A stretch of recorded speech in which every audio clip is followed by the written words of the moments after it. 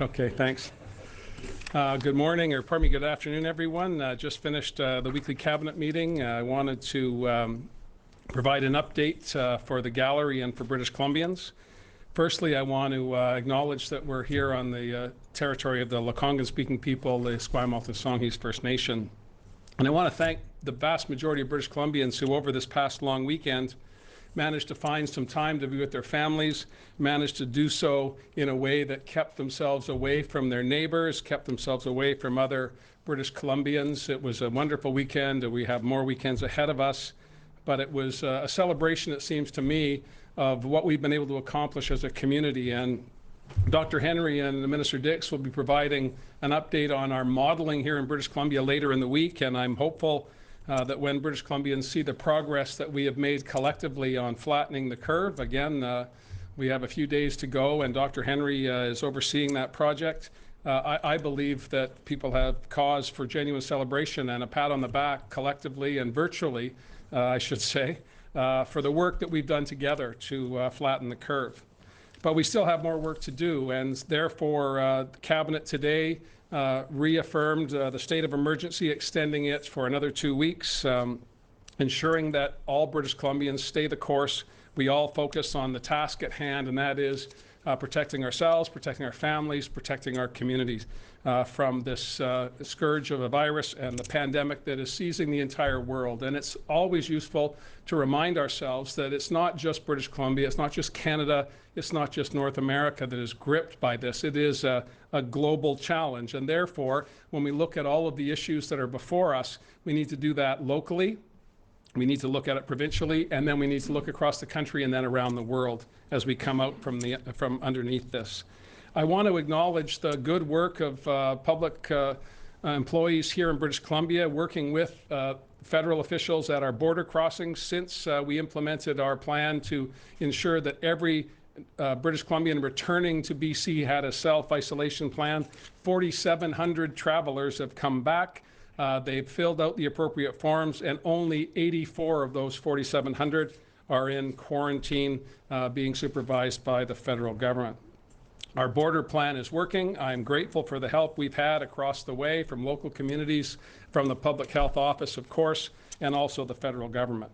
But the challenges remain, and we need to focus over the next couple of weeks on maintaining the course, ensuring that we're doing everything we can to stay distant from each other, to continue to wash our hands as much as we possibly can, try and not touch your face. Those who are essential to our economy continuing to move, particularly those frontline healthcare workers, again, our thanks. Every night at 7 o'clock, my spouse and I and my neighbors are out banging pots to make some noise for you, and thank you for that important work that you're doing. We had the local firefighter with his siren going last night, and I hope that it's going to be a regular occurrence. And if you can hear us in Langford, you can hear us in Lanceville, you can hear us right across British Columbia. So with that, I'll happily answer any questions that you may have. A reminder to reporters on the line, please press *1 to get in the queue and unmute your phones. You won't be audible until we call your name. The first question is from Lisa Yuzda. Right off the top, lucky me. Premier, looking at how restrictions, distancing measures, limiting access across the province has worked here, and that we're seeing other places across Canada follow suit, do you wish you were not taking more stringent steps sooner, and wondering why that didn't happen, because clearly they're working and other people are following? And also, why did we not procure more materials, raw materials, for doing the testing sooner? Well, we were leaders in Canada. We identified the challenge here back in January. Other jurisdictions were slower to follow suit. We did procure as much as we possibly could at that time, but we are not the only people in the marketplace. And as you know, with any supply-demand situations, if you're on the wrong side of that request, you may be in a queue before you get the equipment that you need.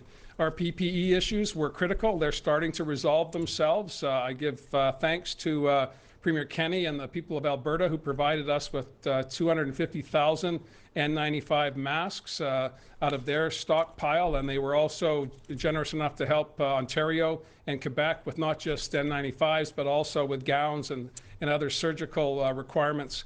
So we as Canadians are pulling together. There's a joint procurement process being coordinated by the federal government. We have many irons in the fire, whether it be for testing equipment, whether it be for PPE, and we're going to continue to be ahead of that requirement. So far, so good.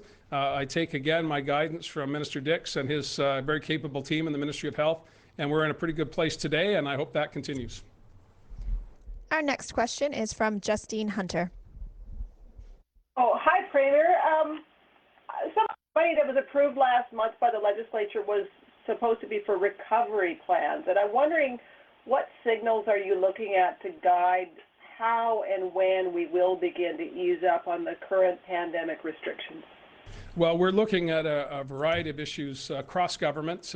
Minister Fleming is working with stakeholders in the education system to get the online learning working in every corner of the province. We've seen some really good success, and again, a level of collaboration between educators, superintendents, school board trustees, parents, children, the whole continuum of components of our K-12 system working cooperatively to try and find a way forward through this virtual period, and also having those preliminary discussions about how we would, if the curve continues and we get positive signals from Dr. Henry and the modeling in the weeks ahead, that we would be able to look at bringing kids back to classrooms.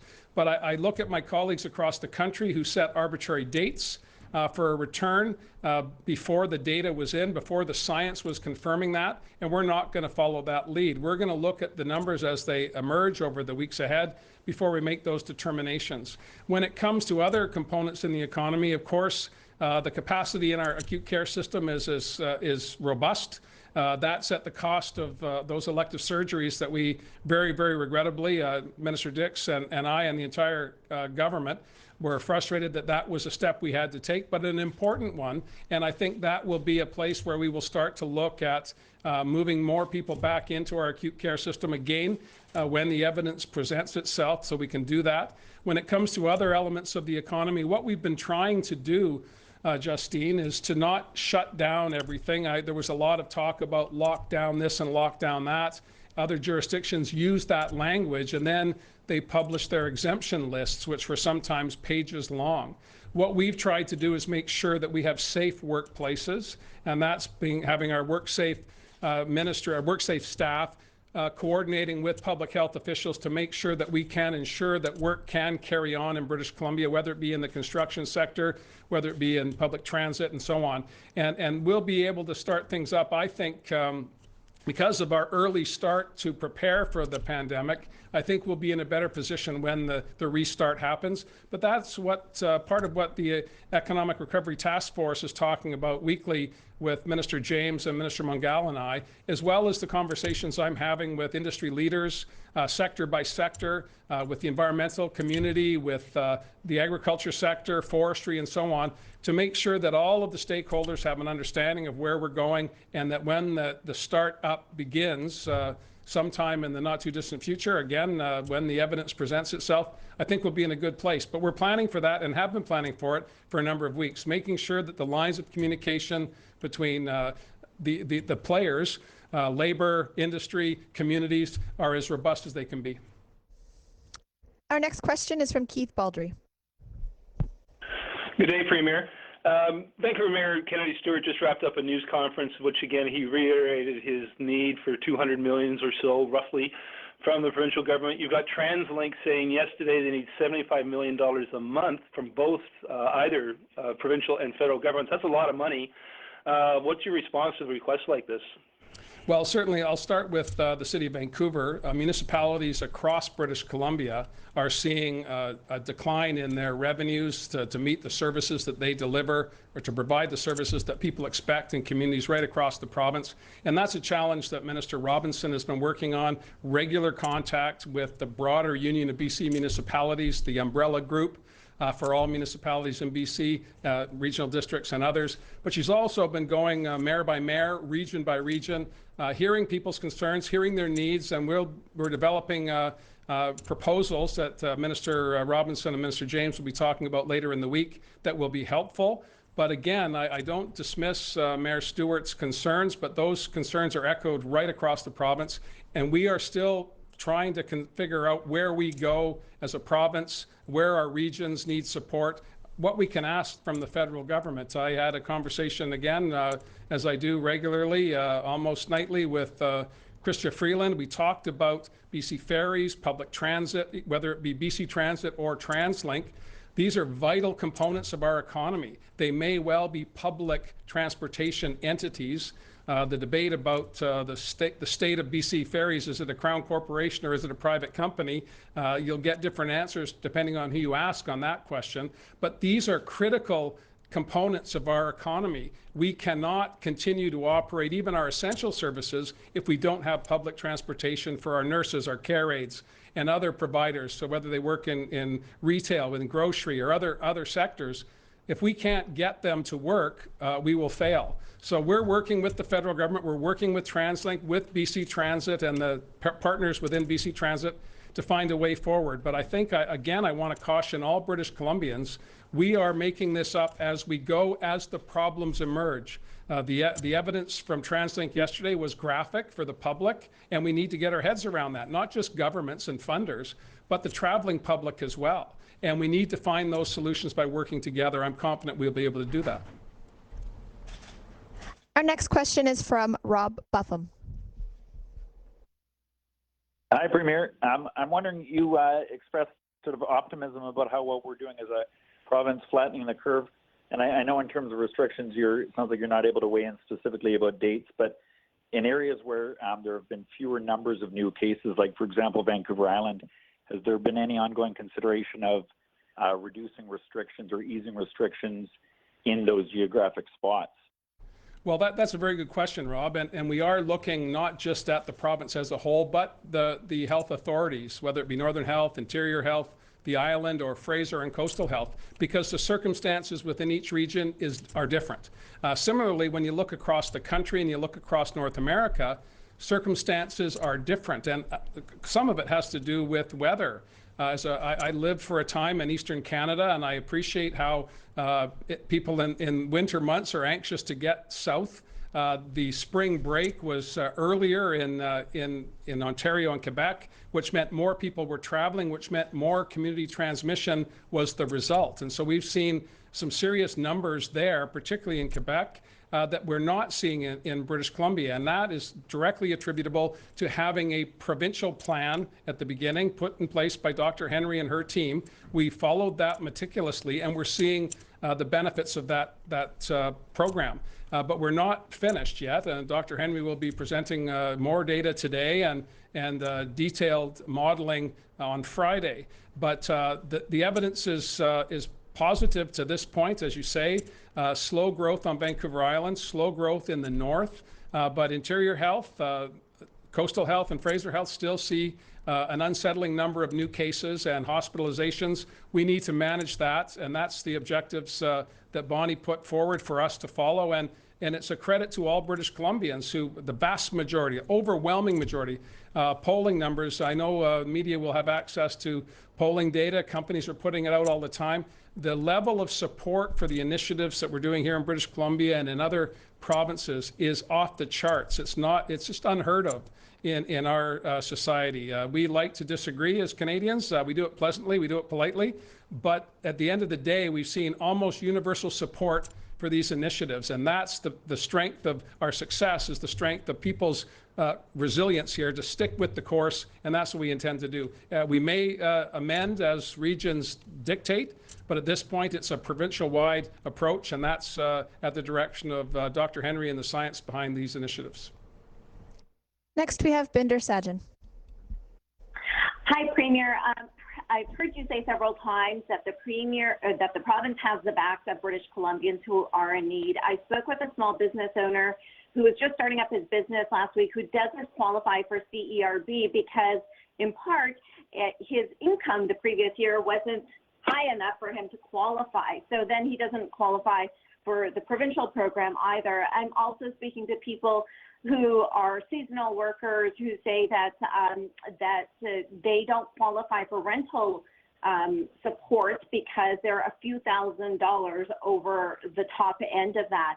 Just wondering, I know you've alluded to more help is on the way. When can we expect to hear more about financial supports available to people? And is there a mechanism for people to follow up with the province or someone to see if they can get some help? Well, firstly, I want to just say that BC is the only province that put in place a program for renters. I think that that's appropriate. I encourage other jurisdictions, and I've done so in our regular conference calls with premiers. It's critically important that people have secure housing at a time when we need to stay close to a home. For the hard to house and marginal groups, we've seen initiatives like here in Victoria, Mayor Helps and her council looking at innovative ways to try and find housing or appropriate spacing for those who can't find a roof and are living in a tent or outdoors. I've tasked Minister Shane Simpson to focus not just on the downtown east side, but particularly on those areas where there are vulnerable populations. He's working across government with Minister Darcy on mental health and addictions, with children and family development, with Melanie Mark, who represents the area, the Minister of Advanced Education, all trying to pull together to find those people who are falling between the cracks, whether it be marginal populations or individuals like you suggest in your question. And before we could address those who were falling through the cracks, we needed to find out who they were and how many there are. And now that the federal government is adding seasonal workers to their inventory, again, just announced this morning, keeping pace with the federal announcements is a major challenge for our finance people as they bring forward, as the federal government brings forward programs. We're looking at how we can complement those and try and capture those individuals that are falling through the cracks. A small business operator, someone who's just looking this spring at a new adventure, a new challenge in their lives, their professional lives. Starting a business is always exciting and always very challenging. In these circumstances, of course, it's devastating. You put a lot of effort and energy into starting up and you don't get to open your doors. So we have to look at those individuals on a case-by-case basis. I encourage people to contact their local member of the legislature, contact their members of parliament. We have people working all the time. The legislature doesn't need to be sitting. The House of Commons does not need to be in session for elected representatives to be there to listen to concerns in their communities and then feed that into the processes, either at the federal level or at the provincial level. And similarly, I know mayors and councillors across the province are also the front line when it comes to delivering services. If people feel that they're not getting what they need at any of these orders of government, they should just shop it around. And I don't mean that in a look for the best answer. If you're not getting the answer you need at the federal level, certainly approach your MLA, certainly approach your council or your mayor or your regional district. The only way we can build the programs is if we hear about it, and the best way to do that is through the vast number of elected representatives we have here in BC. Our next question is from Tanya Fletcher. Hi, Premier. Just going back to talking about, the optics, and you mentioned how BC intentionally didn't use the lockdown language and looking at other provinces. But looking at it through the lens of this morning, Dr. Henry confirmed that around 1% of the BC population has become infected with COVID. So given that it's 1% of the population, can you tell British Columbians that the closures, the layoffs, the economic hardship has been worth it? Well, I believe it has. And when you see the modeling on Friday, and look at the modeling that was done a few weeks back, you'll see that were it not for these measures, the outcomes would have been far different. Were it not for the collective effort of British Columbians, we would have seen a different outcome. And that's obviously transparent when you look to the south of us in the United States, where there are extraordinary numbers of deaths, numbers of infected, and still no real understanding of where the virus is going south of us in the United States. We adopted early, we adopted those initiatives that Dr. Henry put before us, making sure that if we were not feeling well, we self-isolated, making sure that when we were out interacting with the public, we were doing it at safe distances, constantly washing our hands, sanitizing wherever possible, our workplaces if we're at work or at home. These initiatives made a difference, and stopping mass gatherings made a difference, and that's what the evidence clearly demonstrates. And I think British Columbians, although it's been a very difficult road, I'm not diminishing that, if you look at the results, we should be proud of what we've been able to accomplish. And the sooner we get that curve flattened completely, the sooner we'll be able to get back to a sense of normalcy that we're all yearning for at this point. Next up, we have Vaughn Palmer. Afternoon, Premier. The meetings with your economic recovery task force, do you have any sense at this point how deep the recession is going to go? And do you have any sense of the hurdles that have to be cleared before we can start to come out of it? Well, thank you, Vaughn. We've looked, and not just at the members of the task force, but we look at private sector forecasters who are rebooting their analysis of what the Canadian economy is going to do, what's going to happen here in British Columbia. You have access to those public documents. I have access to finance, running those numbers, putting up against the models that we have here in British Columbia. And we don't know yet when we're going to be starting to come out of this, not just in British Columbia, but indeed across the country. And example would be our forestry sector. Markets are now contracting at a rate that is unprecedented. Access to our neighbors compromised by the softwood lumber agreement, but also by just a general slowdown in housing activity there. So we're going to have a buildup of inventory that will be hopefully flying off the shelves in the not too distant future. But that startup on the forestry side is really dependent on markets. The challenges we saw prior to the pandemic arriving on our shores was a market-driven challenge. That market challenge remains, but it's been complicated by a complete shutdown of a lot of activity south of the border and also with our other trading partners. So this is, again, not just about kickstarting British Columbia. We need to see positive outcomes with our markets around the world. As a small, open economy that depends on trade, we need to make sure our trading partners rebound as well. So I've got my fingers crossed for the United States to get it together as quickly as possible. I've got my fingers crossed that we can continue to expand markets to new places and take advantage of the fact that here in British Columbia, we got in the front of this faster than some other jurisdictions. Another example would be the film industry. Film and television just completely shut down, not just in British Columbia, but indeed around North America. And we want to be in a position, based on the initiatives that we've undertaken and the hard work of British Columbians, to say to those who want to restart their filming, whatever it might be, whether it's television, major motion pictures, all of that activity, we want it to come back to BC as quickly as possible. We need to put in place the building blocks for that to happen. And that is speculative at this point, Vaughn. I could speculate with you, but I'm sure you'll be able to get that done without any help from me. And I don't mean anything by that, but it is speculative at this point. I've talked to Minister Freeland, I've talked to the Prime Minister, I've talked to premiers across the country. We're all focused on this, but we all come at it from a different perspective depending on where our strength was prior to the pandemic. And I think BC was in a better position than some of our other provinces across the country because of our fiscal situation. That's deteriorated, but the natural resources that we have here, the innovative economy that we have here, the tech explosion that has helped us carry on, the value of being in the same time zone as Hollywood, all of those things have not gone away. All we've done is slow down the economy so that we can flatten the curve. And when we start up again, those competitive advantages will remain. Our next question is from Eric Zimmer. Hi, Premier. With people staying home much more now and their hydro bills have significantly increased, and with cars parked most of the time, they're paying for car insurance somewhat unnecessarily.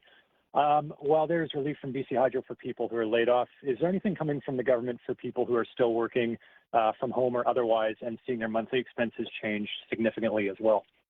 Well, certainly those who are still working are seeing changes in their expenses. I saw on the way into the legislature today, gasoline is 97 cents here on the South Island. I know it's higher in some places, lower in others. That is a significant reduction in costs for those who are traveling to work. The insurance question is one that we've been grappling with since we were sworn in as a government. The extraordinary moment we're in does not change the fact that ICBC was fundamentally broken when we arrived, and we've been trying to fix it ever since. We have a longer-term solution for ICBC. Minister Eby's been working on that, not just prior to the pandemic, but throughout it. We'll have some announcements tomorrow on some savings, modest savings, but appropriate ones in this environment from ICBC, and I'll leave that to Minister Eby to talk about, and he'll have more to say on the broader questions as well. Our next question is Eric Chung. My question has been asked. Okay. We'll go then to Lindsay Newman. Hi, Premier.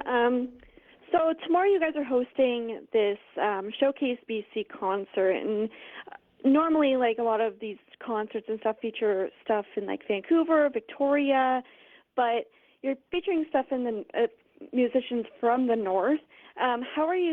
Why choose to do stuff in the north, and what are you most looking forward to at the Showcase BC? Well, thanks for the question, and this is an initiative that was brought to government by MLA Bob Deef, who is a musician himself, MLA for Maple Ridge Mission. His neighbor, Lisa Bear, is the minister responsible for tourism, arts, and culture. So I set both of them at the task of trying to find ways, as we saw venues shutting down, performers not having an opportunity to perform and to generate some revenue, to keep them going. I know I have a son who's a fledgling musician as well as a teacher, and he is always looking for gigs, and musicians are always looking for gigs. So we felt that if we could find a virtual opportunity to get people making music, to get out there, to be known, to be heard by broader audiences, that would be a benefit to everyone. I'm looking forward to the initiative getting going and then duplicating it from this point on. I don't want to pick a favorite. I learned that as a parent. That's always a bad idea. I learned that as a member of the legislature and a leader when Dirk Meisner once asked me who my top 5 were, and I regret that question for now, 5 years. So I'm not going to say what's going to be the best. It's going to be great. I hope all British Columbians tune in. Our next question is Shannon Waters. Hello, Premier. I'm wondering about, we just had this long weekend where, most British Columbians did what they were supposed to do and stay home, but there are some small communities that said they've seen a lot of visitors who probably shouldn't have been there this weekend, and that situation is probably going to get more tempting as we continue to see sunshine and the temperatures warm up. Now, Ontario has taken the step of banning vacation rentals, or is moving towards doing that, to make it less appealing, or at least less easy for people to take trips to smaller communities during this pandemic. I've contacted the Ministry of Municipal Affairs and Housing. They say that's not a step that's being considered for BC at this point in time. Do you see that potentially changing down the road? And what kind of guidance is the province giving smaller communities for dealing with these situations? Thank you for the question. I saw over the weekend someone in Toronto getting a ticket for sitting on a bench with their dog, and I just think that's a step too far. Dr. Henry's been very clear. Get outside, enjoy the sunny weather, do it close to your home, do it with your family, and if you are interacting with other people, do it at a safe distance and in smaller groups, no less than, she's been pretty clear on her direction, and I think that's appropriate. The vast majority of British Columbians support the initiatives that have been put forward, and they're acting within them. For that small group of people who are not, I think public scorn is as effective a tool as a fine or a ticket or some sort of prosecution from government. And I've seen people I know well up and down Vancouver Island in small communities encouraging people to not come. Many of these are tourism-based communities, but they understand and recognize that if we're going to get through this, we need to eliminate the virus as best we can, awaiting, of course, vaccines, awaiting for other solutions. But you don't do that by traveling around British Columbia, potentially carrying the virus with you.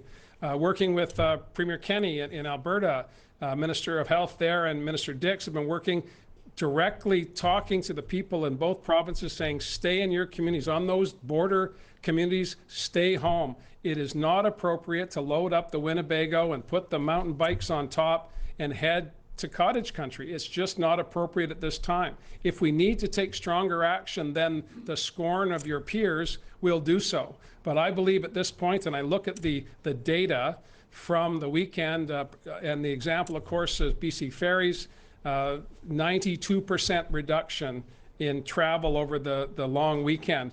That's a signal that people get it. That's a signal that people understand it. But despite that extraordinary number, the 8% that were traveling were not all essential travelers. And they heard it in spades when they came into communities with their recreational vehicles or with their holiday gear looking for a break. All of us are looking for a break. All of us are in this together. And if we need to have stronger measures, we will. As I said, we extended the Emergency Act today. Minister Farnworth will develop those with other public safety deliverers across the province, whether it be the RCMP or municipal forces or conservation officers if they've been tasked with any of this work. But at this point, I believe that Dr. Henry's advice is the appropriate advice. Enjoy the spring days, but do so close to your home. Do not travel unless you absolutely have to. Next question is Richard Zisman. Premier, how flat does the curve need to be in terms of restarting the economy? And do you see a situation where British Columbia's economy could be moving and restrictions lifted before Washington State or Alberta or other Canadian jurisdictions? Well, I believe that we are on our own timeline. We have been from the beginning. We saw this early, we've addressed it early, and we will perhaps come out from underneath it early, but the data, the science will direct us in that regard. We will be different from other jurisdictions because of where we are and what steps we've already taken. I think comparing to Washington State is a challenge. A lot of our community transmission was a result of the outbreak in Seattle. And so the border issues were really important to us, and that's why I pushed the federal government so hard. I'm grateful that they're now expanding the program we have here in BC to other border points in Quebec and Ontario, so that we don't have to cross-reference flights from, connecting flights from Toronto into Vancouver to make sure we're capturing all of those Canadians and British Columbians coming home. But these are initiatives that we're taking to protect and flatten the curve. What metric we use, again, I'll leave in the hands of Dr. Henry. The modeling will be available on Friday. She'll be able to talk more specifically about what she's looking for to give signals that we can start up in various places. And it will be a phased-in process. I think Vaughn has referenced that in the past. It's not going to be snap your fingers and we're back to the way we were. That people need to push that out of their minds. This will be a phased-in response, as we've seen in other jurisdictions, and as I expect we'll see in other parts of Canada. And our last question is from Victor Kaiser. Hi, Premier. Just curious, I know we've got the Washington, Oregon, California governors forming their alliance of states to deal with the response outbreak there. I know that's, Cascadia comes to mind. Has there been any dialogue with the governors there and a coordinated response? If so, how did it go? If not, any plans to talk to them more frequently? Well, I have a very positive relationship with Governor Inslee. I haven't spoken with them and I've lost track of time. I'm in that. My spouse is calling it that week between Christmas and New Year when you never really know what day it is. And I know we're in mid-April and I haven't talked to Governor Inslee for some time, but I know that we were of the same mind on how we needed to approach this, particularly on the border issues and the connections between the Cascadia corridor, as it's known, between British Columbia, Washington, Oregon, and of course Northern California, as well as into the south when you look at Hollywood North and all of the film production that takes place here in BC. Those connections are long-standing and they will endure. Have they been strengthened or weakened by the current situation? I think we've all become a little bit insular. I mean, again, as I say, I regularly talk to Governor Inslee, but I've been leaving him alone and he, me, as we grapple with these challenges internally within our own borders. And I think that's appropriate. I think that all of us, as I said, across Canada and across North America and indeed around the world, are addressing this in different ways. The principles are the same, as Dr. Henry's laid them out for everyone to understand. The principles are the same, but where we are in the development of the virus, where we are in responding to it, is different from place to place. You look at California and their response and juxtapose that or put it beside New York, similar sizes, of course, California much larger, but their outcomes have been drastically different. And I think that speaks to, again,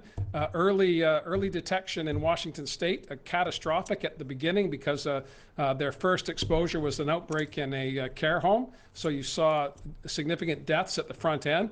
But Governor Inslee and his public health officials got on it right away, again, working not just with British Columbia, but other neighbors.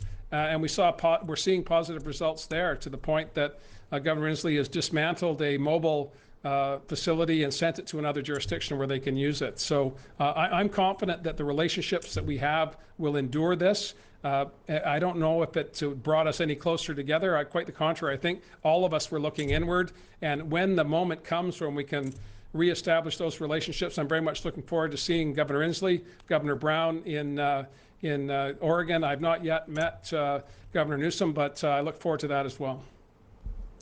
Thank you, everyone. That's all the time we have Thanks, today. everybody.